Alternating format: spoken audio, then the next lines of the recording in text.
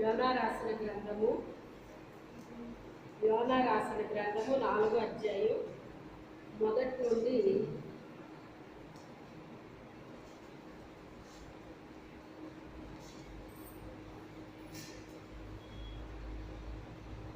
4 వచనాలు చదువుతాం. యోనా రాసిన గ్రంథము 4వ అధ్యాయం మొదటి నుండి 4 వచనాలు.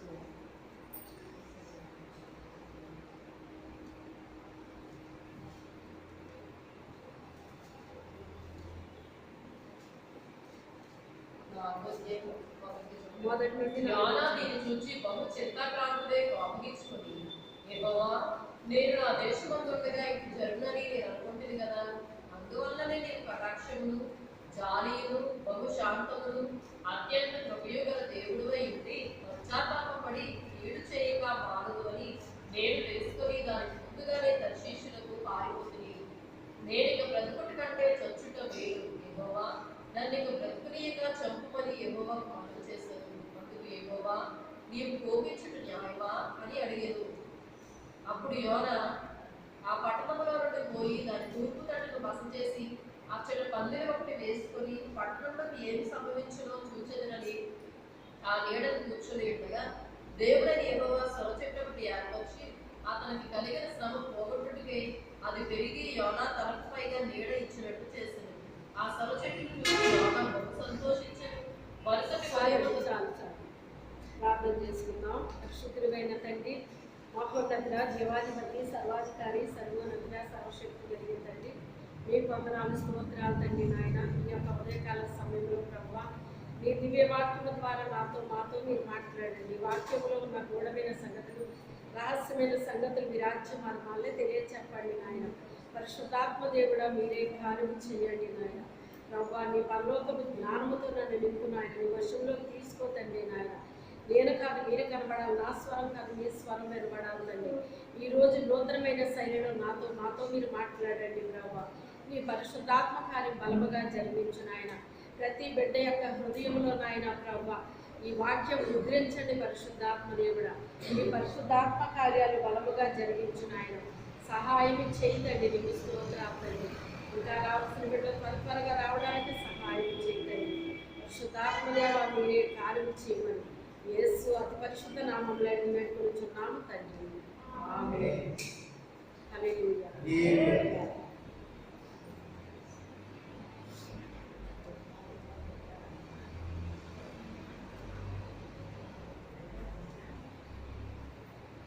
ఏమనిపించింది మీకు? యోనా గురించి విన్నాం కదా, మళ్ళీ ఏమొస్తుందా ఈరోజు? దేవుడు ఏదో కొత్త విషయాలు చెప్పబోతున్నారని అనిపించిందా? హల్లెలూయా. అయితే దేవుడు నాకు కూడా ఇలాగా యోనా గురించి జ్ఞాపకం చేస్తే, ప్రభువా మరి ఈరోజు నూతనమైన శైలిలో మాకు మాట్లాడండి అని చెప్పి మరి దేవుడిని అడగడం జరిగింది. ఏది ఏమైనప్పటికైనా ప్రభు మనతో మాట్లాడే విషయాలు మనం అందరం కూడా శ్రద్ధగా ఆలకిద్దామండి. ఇక్కడ మరి ఇది చెప్పే ముందుగా ఒక విషయం చెప్తాను. ఒకసారి నేను ఒక సాక్ష్యాన్ని విన్నాను.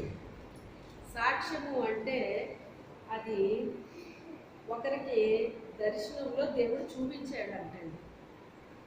ఎవరికైనా దేవుడు ఏదైనా దర్శనం చూపించినా, వాళ్ళతో దేవుడు మాట్లాడినా, నాకు దర్శనం చూపించినా, నాతో మాట్లాడినా నాకు ఇష్టం అన్నమాట. నాకు చూపించినవి నేను నమ్ముతాను, ఇష్టపడతాను. నాతో మాట్లాడి నేను ఇష్టపడతాను. అలాగే వేరే వాళ్ళకి కూడా దేవుడు చూపించింది, మాట్లాడింది కూడా ఇష్టం అన్నమాట. ఎందుకంటే దేవుడు ఎప్పుడు కూడా అబద్ధము చెప్పడు, అబద్ధం మాట్లాడండి. అయితే ఒకరు ఇలా చెప్పారన్నమాట, పరలోకంలో ఒక పువ్వుల తోటని చూశాను నేను. అంటే కొన్ని తోటలు చూశాను, కానీ మరి ఆ తోటల దగ్గరికి వెళ్ళినప్పుడు ప్రభు సంతోషంగా ఉన్నారు. మరి మరొక చోట ఒక తోటకి వెళ్ళినప్పుడు, ఎందుకంటే ఇక్కడ భూమి మీద మనం ఎప్పుడైతే రక్షించబడ్డామో పరలోకంలో తోటలో నాటబడతామంటండి. మనం ఎక్కడ? పరలోకంలో ఒక తోటలో నాటబడతాం అన్నమాట. నాటబడి ఎదిగి ఫలిస్తాం అన్నమాట. అయితే ఇక్కడ నాటబడ్డారట, ఆ, ఎదిగారంటండి, ఫలించారంట. తర్వాత మరి తొలగిపోయారటండి. దేవుళ్ళలో నుంచి ఏమైపోయారు? తొలగిపోయారు అన్నమాట. తొలగిపోయినప్పుడు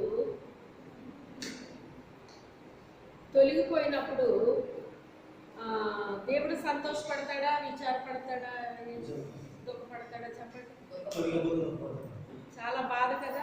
ఇప్పుడు మన పిల్లలు ఉన్నారనుకోండి, మనం చెప్పిన మాట విని ఏం చెప్తే అది చేసి చక్కగా స్కూల్కి వెళ్ళి వచ్చి, లేకపోతే కాలేజీకి వెళ్ళి వచ్చి, అలాగే చక్కగా మన మాటకి విధేయత చూపిస్తూ లాభపడుతూ చక్కగా ఉన్నారనుకోండి, ఏ తల్లిదండ్రులకు ఆనందం ఉండదో, సంతోషం ఉండదు చెప్పండి.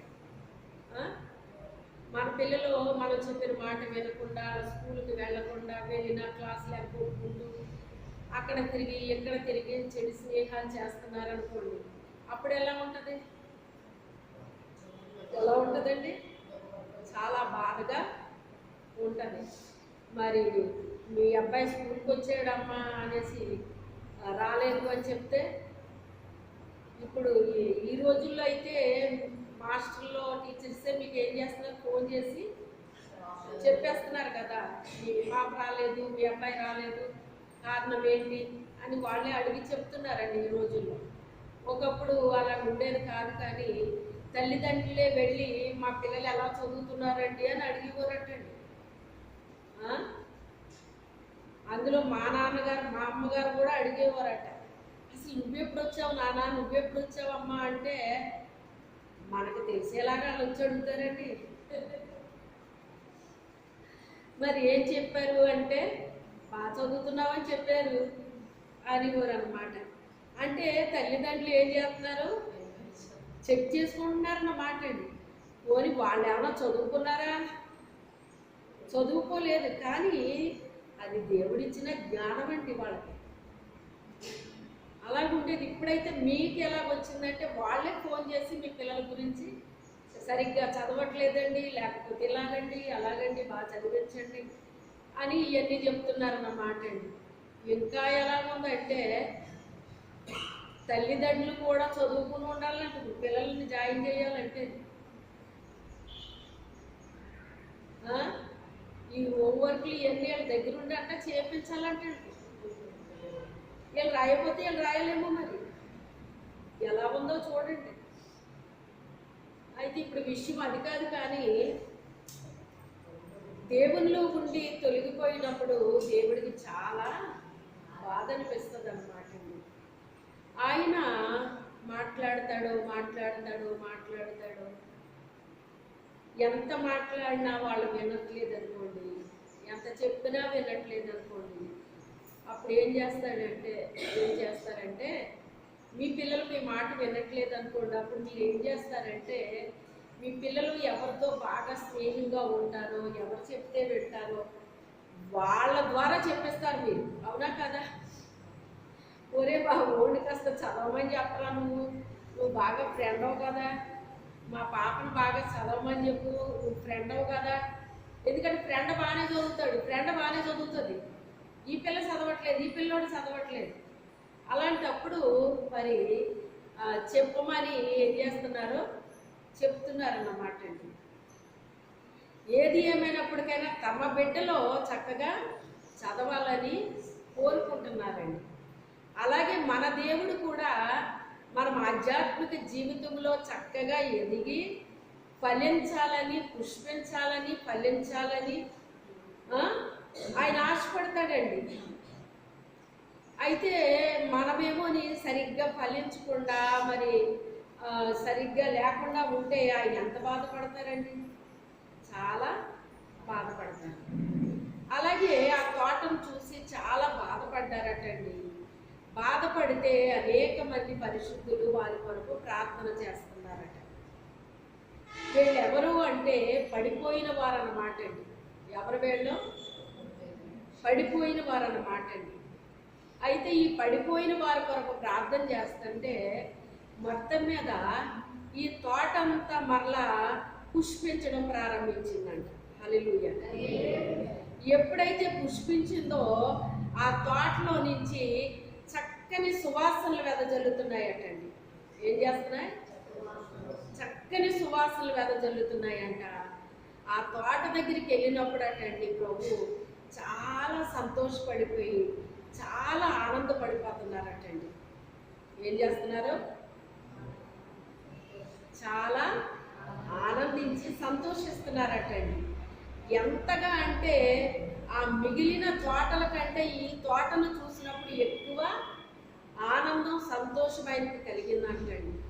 అయితే ఈ దర్శనం చూస్తున్న వ్యక్తి అడిగారంట, ప్రభువా మిగిలిన తోటల దగ్గరికి వెళ్ళినప్పుడు మీరు ఎంత సంతోషం ఆనందం మీ ముఖంలో నేను చూడలేదు, ఈ తోటను చూసినప్పుడు మీరు ఎంత ఆనందం ఎంత సంతోషంగా ఎందుకు మీరు ఇలాగా ఉన్నారు అని అడిగారటండి.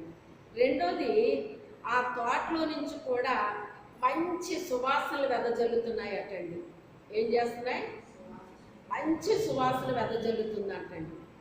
అప్పుడు ప్రభు చెప్తున్నారంట, వీళ్ళు ఒకప్పుడు చక్కగా ఎదిగిన వాళ్ళు, రక్షించబడ్డారు, ఆత్మీయంగా ఎదిగారు, ఆత్మీయంగా పుష్పించారు, మరి ఫలించారు. తర్వాత ఏమైపోయారు? వీళ్ళు పడిపోయారు. పడిపోతే ఆ తర్వాత వారి కొరకు మరి పరిశుద్ధులు కన్నీరు కాచి ప్రార్థన చేసినప్పుడు మరలా తిరిగి వీళ్ళ ఫలించారు. అందుకే వీళ్ళని చూసి నాకు చాలా ఆనందం కలిగింది. అందుకే అంటాడు కదా, దైవ చిత్తానుసరమైన దుఃఖము మారు మనసును కలుగు చేస్తుందటండి. ఇక్కడ ఈ యోనా గారి గురించి రాయబడిన గ్రంథం ఏంటంటే, ఈయన దేవుని యందు భయభక్తులు కలిగిన ఆయన. ఎవరి యందు? దేవుని యందు భయభక్తులు కలిగిన ఆయన. దేవునితో మనకి సన్నిహిత సంబంధం ఉంటేంటి, ఒక మనిషితో మాట్లాడినట్టే మనం కూడా ఆయనతో మాట్లాడవచ్చు. ఎవరికొంది ఇలాంటి అనుభవం? ఎవరికన్నా ఉందా? ఒక మనిషితో ఎలా మాట్లాడతాం అలా మాట్లాడవచ్చండి ఆయనతో. మనతో మాట్లాడతారు ఆయన. చాలా మరి అద్భుతంగా ఉంటుందన్నమాట అండి. ఇక్కడ యోనాని ఏం చెప్పాడంటే, నినివే పట్టణస్తుల దోషము చాలా ఘోరంగా కనపడుతుందయ్యా, ఒక్కసారి నువ్వు వెళ్ళి చెప్పు అన్నాడు దేవుడు. చెప్పు అంటే ఈయన ఆలోచించాడంట. ఆలోచించి ఏమంటున్నాడంటే,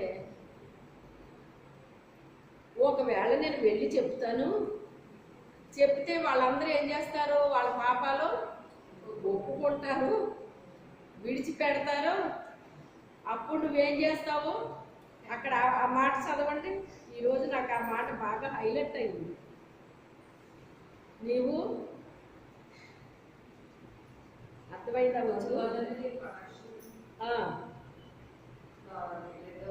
నీవు కటాక్షములు జాలియులు బహు శాంతములు. ఒక్కొక్క మాట మీరు గమనించండి. నీవు కటాక్షములు జాలియులు బహు శాంతములు అత్యంత కృపయు గల దేవుడవై ఉండి పశ్చాత్తాపడి కీడు చేయక మానుదువని నేను తెలుసుకొని దానికి ముందుగానే తర్శీసునకు పారిపోతుంది అంటున్నాడు. దేవుడు ఎలాంటి వాడని చెప్తున్నాడండి? ఆయన గుణ లక్షణాలు చెప్తున్నాడు. ఇక్కడ మొదటి ఏం చెప్పాడు? నీవు కటాక్షమును. ఈ కటాక్షము అనేటువంటిది ఎవరి మీదకి వస్తుందో తెలుసా? అందరి మీదకే రాదండి. ఆయన కరుణా కటాక్షాలు కలిగిన వాడే కానీ ఆయన కటాక్షము కలగాలి అంటేనంట సుబుద్ధి కలిగిన వారి మీదకి వస్తుందటండి. శ్రేష్టమైన బుద్ధి కలిగిన వారి మీదకి వస్తుందటండి. అర్థమైందా? అంటే సుబుద్ధి శ్రేష్టమైన బుద్ధి కలిగిన వాళ్ళకు కూడా ఇప్పుడు ఏమైనట్టండి? చెప్పండి. పడిపోయినట్టే కదా, తొలగిపోయినట్టే కదా. అందుకే ఇప్పుడు ఆ మాట వాడుతున్నాడు అక్కడ. అంటే వాళ్ళ మంచి వాళ్ళే, శ్రేష్టమైన బుద్ధి కల వాళ్ళే, సుబుద్ధి కలిగిన వాళ్ళే, కానీ వాళ్ళు ఏమైపోయారు? తొలగిపోయారు. తొలగిపోయినా మళ్ళీ వాళ్ళు ఒకవేళ పశ్చాత్తాపడి నీ తట్టి తిరిగేస్తే నువ్వేం చేస్తావు? వాళ్ళని కటాక్షిస్తావు నువ్వు. చూడండి, దానియేలు మీదకి దేవుని కటాక్షం రాలేదా? సత్పురుషుల మీదకి కటాక్షం వస్తుందని ఉంటుందండి మరో చోట. ఎవరి మీదకి? సత్పురుషులు అంటే ఎవరు? మంచి పురుషులండి. వాళ్ళకి మీదకి దేవుని కటాక్షం వస్తుందని వాక్యం చెప్తుంది అన్నమాట. అందుకే ఈ మాట అక్కడ వాడుతున్నాడు అన్నమాట. అంటే అలాంటి వాళ్ళు వెంటనే ఏం చేస్తారు మరి? సుబుద్ధి కలిగిన వాళ్ళు, శ్రేష్టమైన బుద్ధి కలిగిన వాళ్ళు దేవుడు మాట్లాడితే ఏం చేస్తారండి? వాళ్ళు వెంటనే సరైపోతారు. వాళ్ళు 100 మాటలకు చెప్పక్కర్లేదు, ఒక్క మాట చాలండి వాళ్ళకి. అయితే రెండో మాట ఏం చెప్తున్నాడు?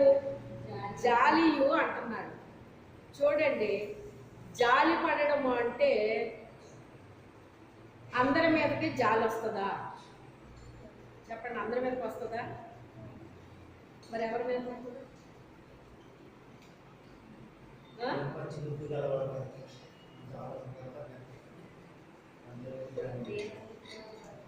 యెరూషలేము నుండి యెరికోకి వెళ్తున్నాడండి ఒక అతను. ఎక్కడికి? యెరూషలేము నుండి. యెరూషలేం అనగా పరిశుద్ధ స్థలం అండి. యెరూషలేం అంటే ఏంటి? పరిశుద్ధ స్థలంలో నుంచి.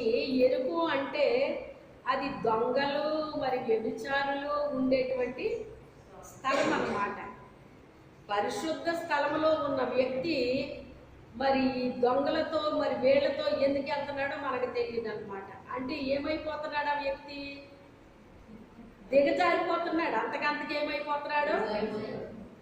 భక్తిలో మనం అంతకంతకి పైకి వెళ్ళాలి, కానీ ఏం చేయకూడదు? దిగజారిపోకూడదండి. మన భక్తి జీవితంలో, మన ఆత్మీయ జీవితంలో అంతకంతకి అభివృద్ధి చెందాలి. పైకి వెళ్ళాలండి మనం. కానీ పరిశుద్ధతలో నుంచి కిందకి వెళ్ళిపోకూడదు, నీతిలో నుంచి కిందకి వెళ్ళిపోకూడదు, యథార్థతలో నుంచి కిందకి వెళ్ళిపోకూడదు. ఇలాగా దేవుడు మనకిచ్చిన వాటన్నిటిలో నుంచి ఇంకా మనం గొప్పై సంపాదించుకోవాలి. దేవుడి దగ్గర ఏం చేయాలి? ఇంకా అనేకమైన దేవుడి దగ్గర మనం సంపాదించుకోవాలి. ఇదిగో ఈసారి మీరు ఏమి సంపాదించుకున్నారో ఆలోచించుకోండి. ఎందుకంటే చివరి నెల కదా ఇది. ఈ సంవత్సరం అంతా మీరు ఏం చేశారో దేవుడి కొరకు మీరు ఒక్కొక్కరు ఆలోచించుకోండి. ఎందుకంటే వస్తుంది కదా మరి చివరికి. అసలు ఈ సంవత్సరం నేను ఏం చేశాను, ప్రభు కొరకు ఏం చేశాను, నా భక్తి జీవితం ఎలా ఉంది, నేను ఎలా ఉన్నాను, అంతకంతకి అభివృద్ధి చెందానా, అంతకంతకి దిగజారిపోయానా, మీకు మీరే ఆలోచన చేసుకోండి. నేనైనా ఆలోచన చేసుకుంటాను, మీరైనా ఆలోచన చేసుకోండి. అప్పుడు మీరేదో మీకే అర్థమవుతుంది. అయితే ఈయన కిందకి దిగజారిపోయాడండి. ఎంత దిగజారిపోయాడంటేనంట దొంగల చేతిలో పడిపోయాడట. వెళ్ళి ఎక్కడ పడ్డాడు? దొంగల చేతిలో పడ్డాడటండి. దొంగల చేతిలో పడితే దొంగ ఏం చేస్తాడు చెప్పండి?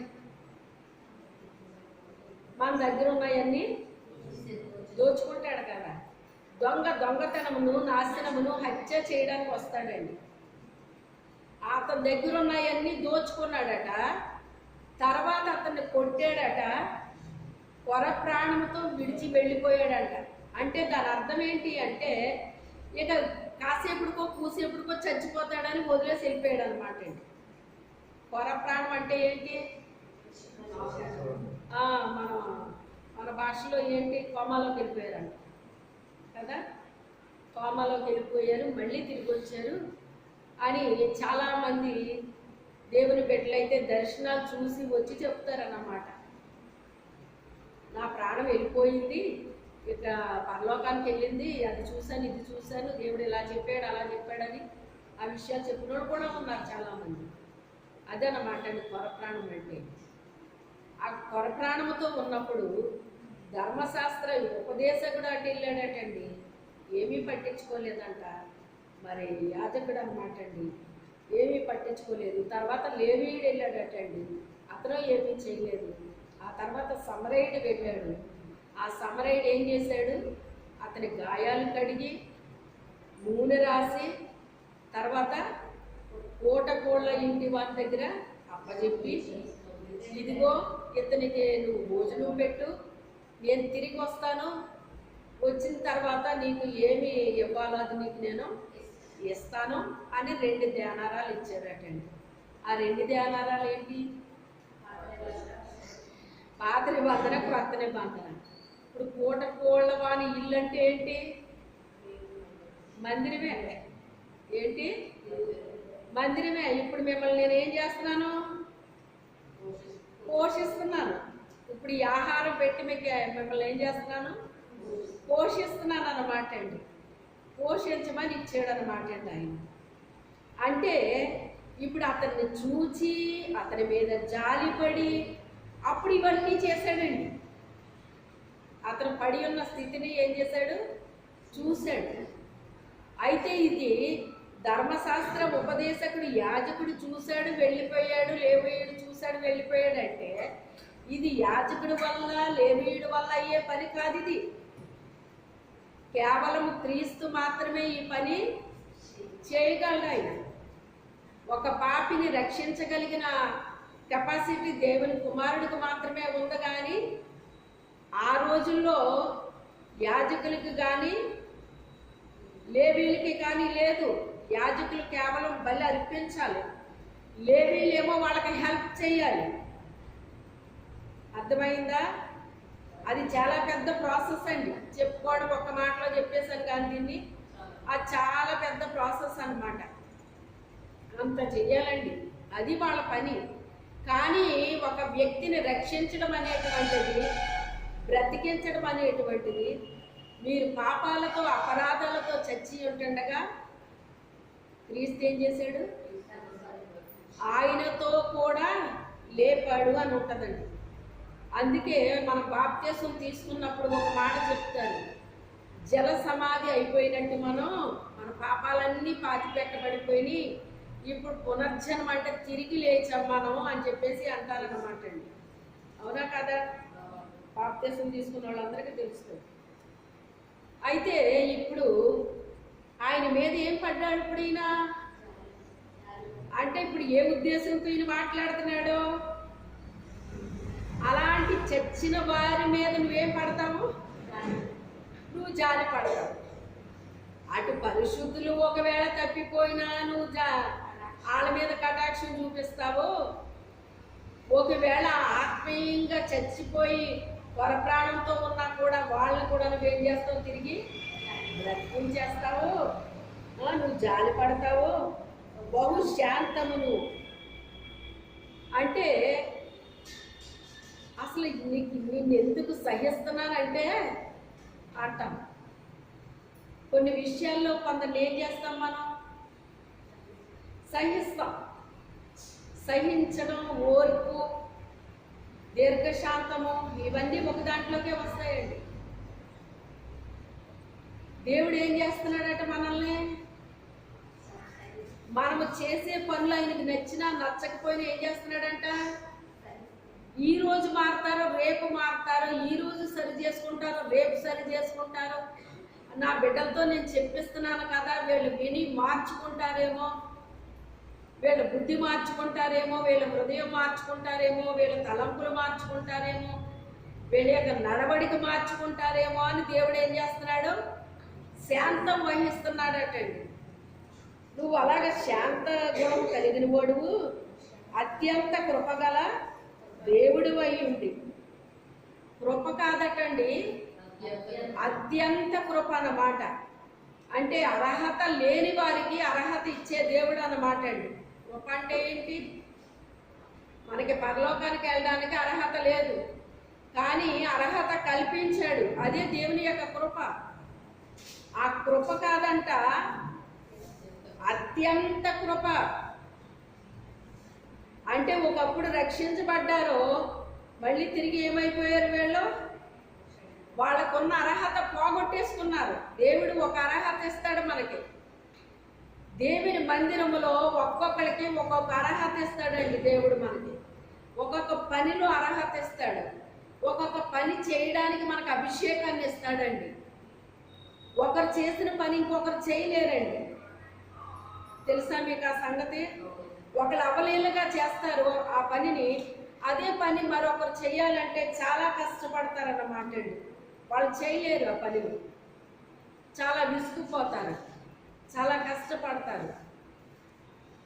అంటే దీని అర్థం ఏంటి? ఒక్కొక్క పని చేయడానికి ఒక్కొక్కరికి ఏముంది? అభిషేకం ఉందండి. ఆ అభిషేకం ఉన్న పనినే మనం చేయగలుగుతాం, కానీ అభిషేకం లేని పనిని మనము చేయలేమండి. దేవుడు నీకు మందిరంలో ఏ అభిషేకాన్ని ఇచ్చాడో, ఏ పని చేయమని అభిషేకం ఇచ్చాడో ఆ పనిని నువ్వేం చేయాలి? చెయ్యాలి. అంటే ఎవరి కోసమో కాదు, మనకు దేవుడు ఇచ్చాడు కనుక మనం చెయ్యాలండి. ఎవరి కోసం చేస్తాం మనం? ఎవరి కోసం చేస్తామండి? దేవుణ్ణి మనము కలిగి ఉన్నాము. దేవుడు మనల్ని రక్షించాడు. ఆయన అత్యంత కృపతో మనల్ని రక్షించాడు. పాతాళానికి పోవలసిన మనల్ని పరలోకానికి ప్రవేశించే కృపని మనకి ఇచ్చాడు కనుక దేవుడు తన మందిరంలో మనకి ఏది ఇచ్చాడో, ఏ పని చేయమని అభిషేకం ఇచ్చాడో ఆ పనిని మనం ఇంకొకరి కొరకు మనం చూడకుండా మనం చెయ్యాలండి. ఏం చెయ్యాలి? ఇంకొకరి కొరకు ఎదురు చూడకూడదు. మన పనిని మనం చెయ్యాలండి. అది పోగొట్టుకుంటే ఏమవుతుంది? అర్హత పోగొట్టుకుంటున్నాం. పని అయితే జరిగిపోద్దండి, పని జరగకుండా ఆగిపోదు. కానీ నీకు ఇచ్చిన దాన్ని నువ్వేం చేస్తున్నావు? నువ్వు పోగొట్టుకుంటున్నావు. అదే చెప్తున్నాడు ఇప్పుడు ఆయన. నువ్వు అత్యంత కృప కలిగిన దేవుడవు. అంటే వాళ్ళకి ఇచ్చిన దాన్ని వాళ్ళు పోగొట్టుకున్నా కూడా మరలా వాళ్ళు వచ్చి అందులో ఆ పనిలో జాయిన్ అయితే, అంటే వాళ్ళు చేసే పనిని మానేసి తిరిగి మళ్ళీ ఆ పని చేస్తున్నారండి. అయినా దేవుడు ఏం చేశాడట? నువ్వు చేసి నువ్వు మానేసావు కదా, ఇక నువ్వు చేయొద్దు, నీకు అర్హత పోయింది ఇంకా అని చెప్పి దేవుడు ఏం చేయడంట? వాళ్ళని క్యాన్సిల్ చేయడంటండి. పోనీలే, మనసు మార్చుకుని ఇప్పుడైనా వచ్చాయి, ఇప్పుడైనా చేస్తున్నారు, పోనీలే అని దేవుడు ఏం చేశాడట? కృప కాదట, అత్యంత కృప ఇచ్చాడంటండి. అదే చెప్తున్నాడు ఇప్పుడు ఆయన. అత్యంత కృపగల దేవుడవై ఉండి పశ్చాత్తాపడి కీడు చేయక మానుదువని నేను తెలుసుకొని.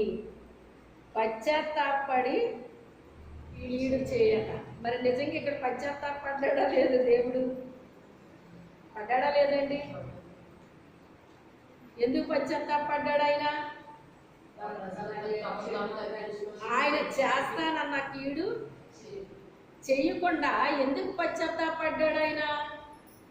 యోనా చెప్పిన మాటలు విని వాళ్ళ ఉపవాసం ఉన్నారో, చేసే క్రియలు మాత్రం మానలేదు. అప్పుడు రాజుకి వినబడి ఆ రాజు సింహాసనం విడిచిపెట్టి గోనెపట్ట ధరించుకుని బూడిద పోసుకుంటూ, ఆ రోజుల్లో అలాగే చేసేవారు ఉపవాసం. ఇదేం ఉపవాసం? వీళ్ళు చేసే చెడు పనులు మానట్లేదు, చెడు క్రియలు విడిచిపెట్టట్లేదు, దుర్మార్గపు పనులు విడిచిపెట్టట్లేదు, కానీ ఉపవాసం ఉంటున్నారో. ఇలా ఉంటే దేవుడు ఏం కనికరిస్తాడో? ఇవన్నీ కూడా మానాలి కదా, మాంతేనే కదా దేవుడు కనికరిస్తాడు అని చెప్పేసి ఆ రాజు చెప్తే, అప్పుడు ఇది విన్న వేళ్ళు వాళ్ళ చెడు మార్గాలన్నీ విడిచిపెట్టారు, దుష్ట మార్గాలు విడిచిపెట్టారు. మరి వాళ్ళ ప్రతి దాన్ని కూడా, చెయ్యకూడని ప్రతి దాన్ని విడిచిపెట్టంట దేవుని దగ్గర పశ్చాత్తాపడ్డారటండి. ఏం చేశారు? పశ్చాత్తాపడ్డారు. అంటే ఏమైంది ఇప్పుడు వాళ్ళ హృదయంలో? నిజమైన పశ్చాత్తాపం. అంటే దీన్ని ఏమంటారంటే లోతైన పశ్చాత్తాపం అంటారండి. ఏమంటారు? అందరూ ఏడుతుంటే ఏడరండి, అందరికి పశ్చాత్తాపం వస్తే వీళ్ళ కాదు, వీళ్ళకే వ్యక్తిగతంగా ఏమవుతారు? చిచ్చి నేను ఎందుకు ఇలా అయిపోయాను, ఒకప్పుడు ఇంత ఇలా ఉండేదాన్ని కదా, ఇలా ఉండేవాడిని కదా, ఈ రోజు ఎందుకు నేను ఇలా అయిపోయానా అని చెప్పేసి తన జీవితం తన కళ్ళ ముందు కనిపిస్తుందండి.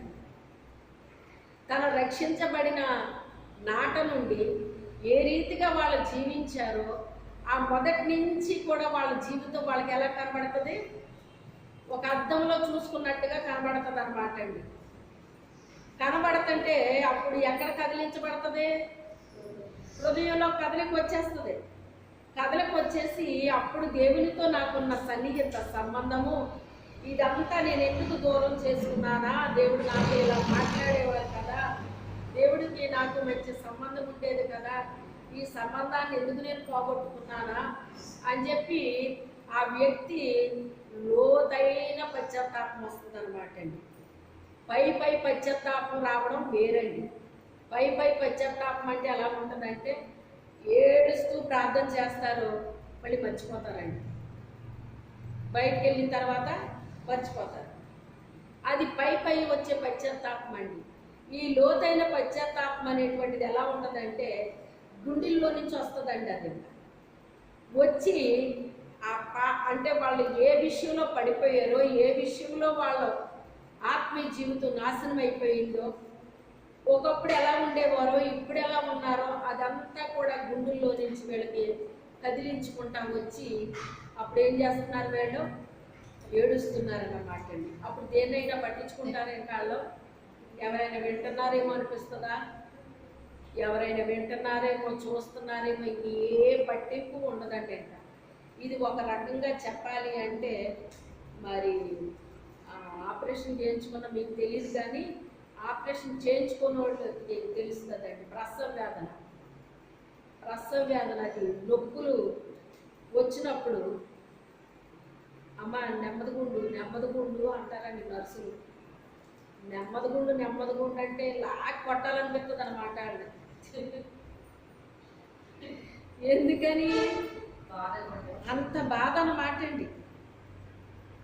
అయితే ఆ బిడ్డ బయటకు వచ్చేంత వరకు కూడా భయంకరమైన నొప్పి వచ్చేస్తుంది అన్నమాట అండి. ఇక నొప్పి వచ్చినప్పుడు తెలుస్తుంది బాధ అన్నమాట. అలా ఉంటుంది ఈ లోతైన పశ్చాత్తాపం అంటే. అందుకు చెప్తున్నాను నేను, మీది వేరుగా ఉంటుంది, ఆపరేషన్ చేయించుకున్న వాళ్ళది మీది వేరుగా ఉంటుంది. ఆ బిడ్డని ఈజీగానే తీసేస్తారు, కానీ ఆ తర్వాత నడుము నొప్పులు ఇవన్నీ మీరు పడతా ఉంటారు. అయితే ఈ ప్రసవ వేదన పడ్డ వ్యక్తికి ఎలా ఉంటుందో బాధ, ఆ రీతిగా వీళ్ళ గుండెల్లో పడతారండి ఆ బాధని. ఎందుకు నేను ఇలా అయిపోయానా అని చెప్పేసి వాళ్ళు ఇంకా ఆ దుఃఖం నుంచి కోలుకోవడం చాలా కష్టమవుతుంది అన్నమాట. అదంతా కూడా ఆ వేదన అంతా కూడా దేవుడి దగ్గర గుమ్మరించుకుని, నిజమే ప్రభువా ఇలా పతనమైపోయానండి, ఇంత ఆధ్యాత్మికంగా నేను ఇలా ఉండేదాన్ని కదా, మరి ఇలాంటి వ్యక్తిని నేను ఎందుకు ఇలాగ అయిపోయానా ప్రభువా, తిరిగి మరలా నన్ను పరిశుద్ధపరచయ్యా, మరలా నన్ను పవిత్రపరచు నాయనా, నీ రక్తంతో కడుగు నాయనా, నీ ఆత్మతో ముద్రించు నాయనా, నీ ఆత్మతో నన్ను నడిపించు నాయనా, నీ అడుగుజాడలో నడిచే కృపను దయచే తండ్రి, నీతో సన్నిహిత సంబంధము కలిగి, నీతో మంచి సహవాసాన్ని కలిగి నేను జీవించే భాగ్యాన్ని నాకు దయచే ప్రభువా అని చెప్పేసి ఈ లోపల నుంచి మనకేమొస్తుంది, ఆ పశ్చాత్తాపంతో ఏడుస్తారన్నమాట అండి.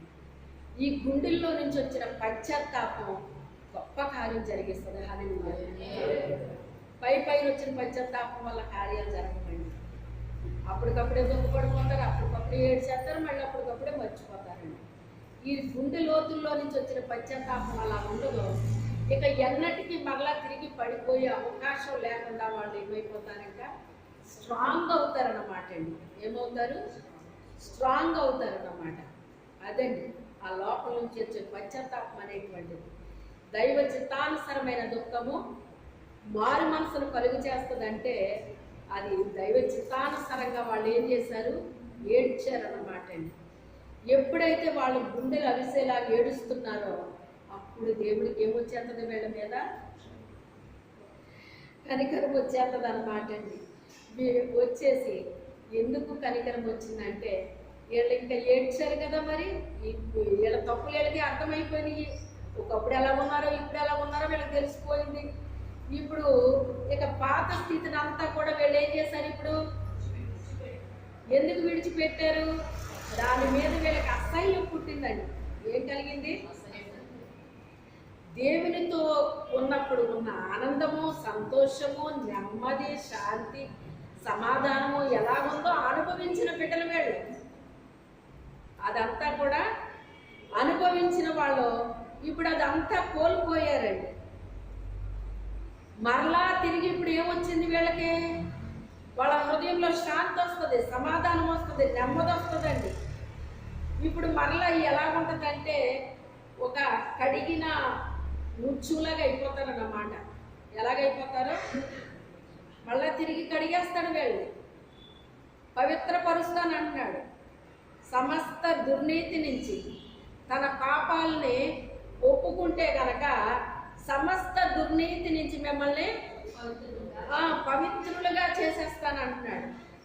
ఆ దుర్నీతి అనగా సాతాను నీతి అండి. అది సాతాను నీతి. దాని నుంచి మిమ్మల్ని ఏం చేస్తాను? నేను పవిత్రపరుస్తాను అంటున్నాడు. ఇప్పుడు తన రక్తముతో వీళ్ళు ఏం చేశాడు? ఆయన పవిత్రపరిచేశాడు. పవిత్రపరిచినప్పుడు వీళ్ళ పాత దాన్ని అంతటినీ కూడా సమాధి చేసి పడేశారు. ఇంకా ఏమైపోయారు? ఇంకా పాతది వదిలేశారండి. ఇప్పుడు మరలా ఒక కొత్త జీవితాన్ని ప్రారంభించినట్టు అయిపోయారు అన్నమాట. అంటే ఇంకా ఒక రకంగా చెప్పాలి అంటే ఇది మొత్తం అంతా కలిసి వీళ్ళు ఎప్పుడైతే సమస్తాన్ని వదిలేశారో, అంటే ఈ హృదయంలోంచి దుఃఖపడి ఇదంతా ఒప్పేసుకున్నారు కదండి, ఒప్పేసుకోగానే దేవుని కార్యం జరిగిపోద్ది వీళ్ళ హృదయంలో. ఆ మరుక్షణం నుంచి, అంటే ఇక ఒక రోజు కూడా కాలేదు, ఎప్పుడైతే ఒప్పుకుని దేవుని రక్తంలో వీళ్ళు కడగబడ్డారో, నీతిమంతులుగా తీర్చబడ్డారో, మరుక్షణంలోనే వీళ్ళ హృదయం నిండా ఏమొచ్చేసింది? శాంతి, సమాధానము, నెమ్మది, ఆనందం మొత్తం అన్ని వీళ్ళ మొదట ఎలాగైతే వీళ్ళు అనుభవించారో దానికంటే ఎక్కువ వస్తుంది ఇప్పుడు. అర్థమైందా? వచ్చి మరలా ఇంకా పడిపోయే అవకాశం లేనంత స్ట్రాంగ్ అవుతారన్నమాట అండి, బలపడిపోతారు. ఇంకా అప్పుడు దేవుడికి ఏం కలుగుతుంది వీళ్ళ మీద? చెప్పండి.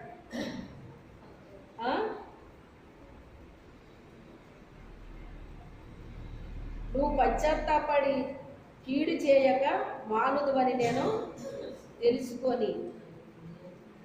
నువ్వు పశ్చాత్తాపడతావు. ఎందుకు పశ్చాత్తాపడతావు? వాళ్ళు ఎలాగా ఒప్పేసుకుంటారు. ఇవన్నీ ఒప్పేసుకుంటే నీకు కనికరం ఎక్కువ. అందుకని నువ్వేం చేస్తావు? వాళ్ళని క్షమించేస్తావు. క్షమించడమే కాదు, వాళ్ళ మీద నీకేం కలుగుతుంది? పశ్చాత్తాపం కలుగుతుంది. ఎందుకు కలుగుతుంది? వీళ్ళు ఇంత ఎలాగ ఒప్పుకుంటారని, ఇలా అవుతారని నేను అనుకోలేదు. అసలు ఇంత చక్కగా అయిపోయారు వీళ్ళు ఎంత చక్కగా అయిపోయినప్పుడు ఇంక వీళ్ళని ఎందుకు నేను చంపాలి అనుకుని పశ్చాత్తాపం అవుతుందటండి దేవుడికి. చూసారు ఈ ప్రవక్త ఎంత గ్రహించాడో మీరు ఆలోచించండి. ఎక్కడ ఉండగానే నినివే పట్టణానికి వెళ్ళక ముందే, తర్షీసుకు వెళ్ళక ముందే దేవుడు ఎప్పుడైతే వెళ్ళమని చెప్పాడో మొత్తం ఈ సీన్ అంతా ఆయనకి అర్థమైపోయిందంటే ఇలా జరుగుతుందని. సేమ్ ఆయనకి ఎలా కనిపించిందో అలా జరిగిందా లేదా? ఇక్కడ జరిగిందా లేదా? జరిగినప్పుడు ఆయనకి పిచ్చి కోపం వచ్చేసిందండి. ఎవరికి? యోనా గారికి కోపం వచ్చేసి ఆయన అంటాడు కదా, ఇంక నేను బ్రతికే కంటే చస్తే మేలు, నాకు ముందే తెలిసి ఇవన్నీ ఇలా జరుగుతాయని, అందుకే నేను తర్షీసు వెళ్ళే వాడెక్కాను అని చెప్పేసి ఇదంతా స్టోరీ అంతా చెప్తున్నాడు దేవుడికి. చెప్తుంటే దేవుడు అంటాడు కదా, నువ్వు కోపగించడం న్యాయమా యోనా అని అడుగుతున్నాడు. దేవునికి మనిషికి సన్నిహిత సంబంధం ఉంటే ఇలా ఉంటాయండి మాటలు. ఇప్పుడు యోనా మీద దేవుడికి కోపం రావాలి కదా, కోపం వచ్చిందా? రాలేదు. ఎందుకంటే నువ్వు కోపం పట్టడంలో న్యాయం ఉందని దేవుడికి తెలుసు. అవునా కదా? మరి యోనా వెళ్ళి చెప్పబట్టే కదా అంత కార్యం జరిగింది అక్కడ. యోనా వెళ్ళి చెప్పకపోతే ఆ కార్యం జరుగుతుంది అక్కడ? జరగదు. కానీ నేను కాళ్ళు ఈడ్చుకుంటా వచ్చినట్టుంది ఇప్పుడు నా పరిస్థితి. వాళ్ళు ఏడ్చేశారు, వాళ్ళు ఒప్పేసుకున్నారు, నువ్వు కనికరించేస్తావు, పశ్చాత్తాపడిపోయారు, ఇద్దరు బాగానే ఉన్నారు. మధ్యలో నాకేమైపోయింది ఇక్కడ? ఎందుకంటేనంట మొన్న ఎవరో చెప్పారండి, సముద్రానికి ఆ గట్టుకి అంటే బయటికి రావాలి కదా, సముద్రానికి గట్లు ఏమి ఉండవులేండి, అసలు కొన్ని కిలోమీటర్లు నడాలటండి. మరి అక్కడ కక్కేసి వెళ్ళిపోయింది కదా చేప, మరి అక్కడి నుంచి ఎలా వస్తాడు? ఎవరన్నా వచ్చి బండి వేసుకుని తీసుకొస్తారా? మరి నడిచి రావాలి కదండి. ఆ శ్రమ గురించి ఇక్కడ మాట్లాడుతున్నాడు అన్నమాట. అంటే నేను ఇంత ప్రయాసపడ్డానో, ఇంత శ్రమ పడ్డానో, ఇదంతా నాకు అవసరమా? ఇలా జరుగుద్దని నేను అక్కడ ఉండగానే నాకు తెలుసు అని ఇది మొత్తం చెప్పాడు అన్నమాట అండి. ఇక్కడ చెప్తే అయితే నువ్వు కోపపడటం అవసరం అంటావా, న్యాయం అంటావా యోనా అని అడిగాడు దేవుడు. అప్పుడు ఆయన ఏమన్నాడు? చదవండి ఆ మాట. కోపించడం న్యాయమా అని అడిగారు. అప్పుడు యోనా ఆ పట్టణంలో నుండి పోయి దాని తూర్పు తట్టును బస చేసి అంటే అక్కడ ఏమన్నా సమాధానం చెప్పాడా? ఎందుకు సమాధానం చెప్పలేదు? ఒకసారి చెప్పండి. అంటే అతనికి ఎంత కోపం ఉందో మీరు ఆలోచించండి. మీరు కోపంగా ఉన్నారనుకోండి, భార్యాభర్తల మధ్య ఏదో మాట వచ్చింది. మాట వచ్చినప్పుడు భర్త పిలిస్తే మీరు మాట్లాడతారా? ఏం చేస్తారు? అంటే మీకు వినపడలేదా? ఎంత విసిరిగి వెళ్తారంటే పక్క రూమ్లోకి అంత విసిరిగి వెళ్తారు. అవునా కాదా? మీకు బాగా అర్థమవుతుందని చెప్పాను నేను. అలాగే పురుషులకి కోపం వచ్చినా కూడా వాళ్ళు ఏం చేస్తారు? వాళ్ళు ఎక్కడికి వెళ్తారు కూడా చెప్పకుండా వెళ్ళిపోతారు.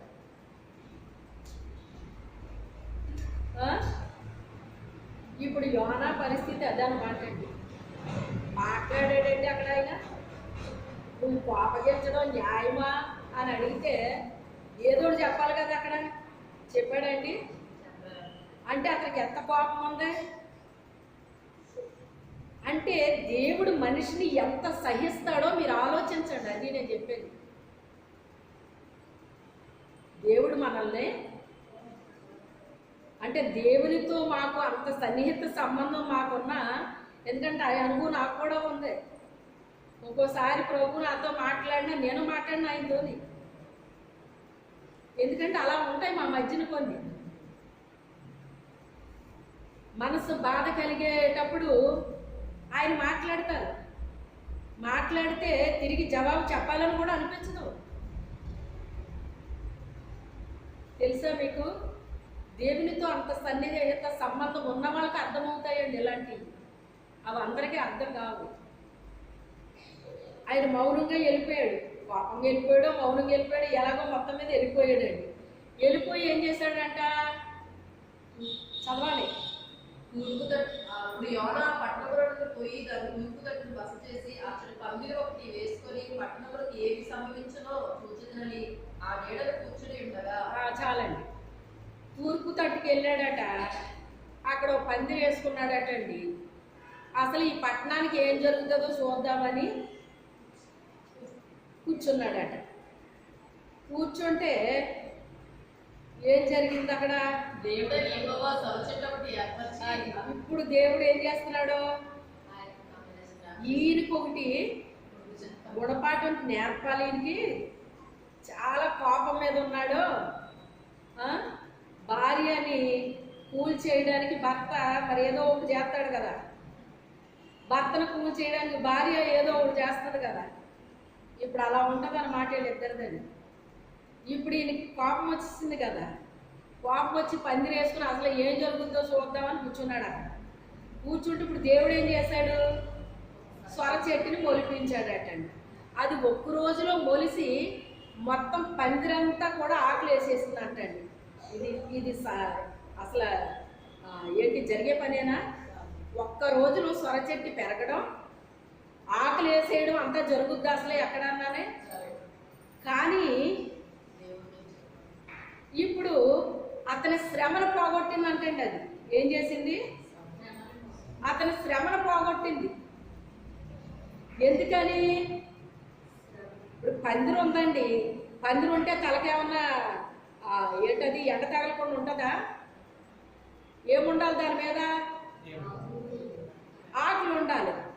ఆకులు ఉండాలంటే దేవుడు ఏమన్నా ఏంటది తాడి చెట్టు ఆకులు లేకపోతే కొబ్బరి ఆకులు ఏతాకులు తెచ్చి ఏమన్నా కలుస్తాడు అక్కడ?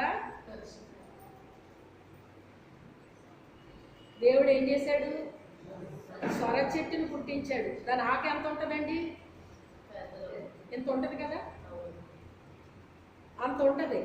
అది మొత్తం అంతా ఆ పందిరంతా కూడా పాకేస్తే ఇప్పుడు ఎంత కూల్గా అయిపోద్దండి. అది పచ్చదనంగా ఉంటుంది. అది ఇప్పుడు ఎంత కూల్గా అయిపోతుంది. మళ్ళీ పైగా పందిరి వేసుకున్నాకంటండి గాలి వేసిందంటండి. ఏం గాలి? సొర చెట్టు ఒకటి దేవుడే ఎక్కువగా సొర చెట్టు ఒకటి ఏర్పరిచి అతనికి కలిగిన శ్రమ పోగొట్టుటకి అది పెరిగి యోనా తలకు పైగా నీడ ఇచ్చినట్టు అక్కడ కాదు, పైన ఉంటుంది. అవ్వచ్చు గాలి వేస్తుంది అతని మీదకి. ఆ పందిరి వేసుకున్న తర్వాత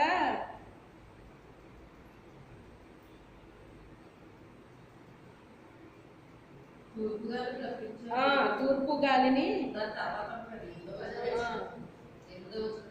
చదువు చదువు మరియు ఎండకాయగా దేవుడు వేడిగా తూర్పుగాన్ని రప్పించాడు. అది ఇప్పుడు ఈ ఆకులు ఎప్పుడైతే వేసిందో చల్లగా అది తనకి ఉండి చాలా హాయిగా అనిపించిందంట. అతని శ్రమను పోగొట్టిందంట.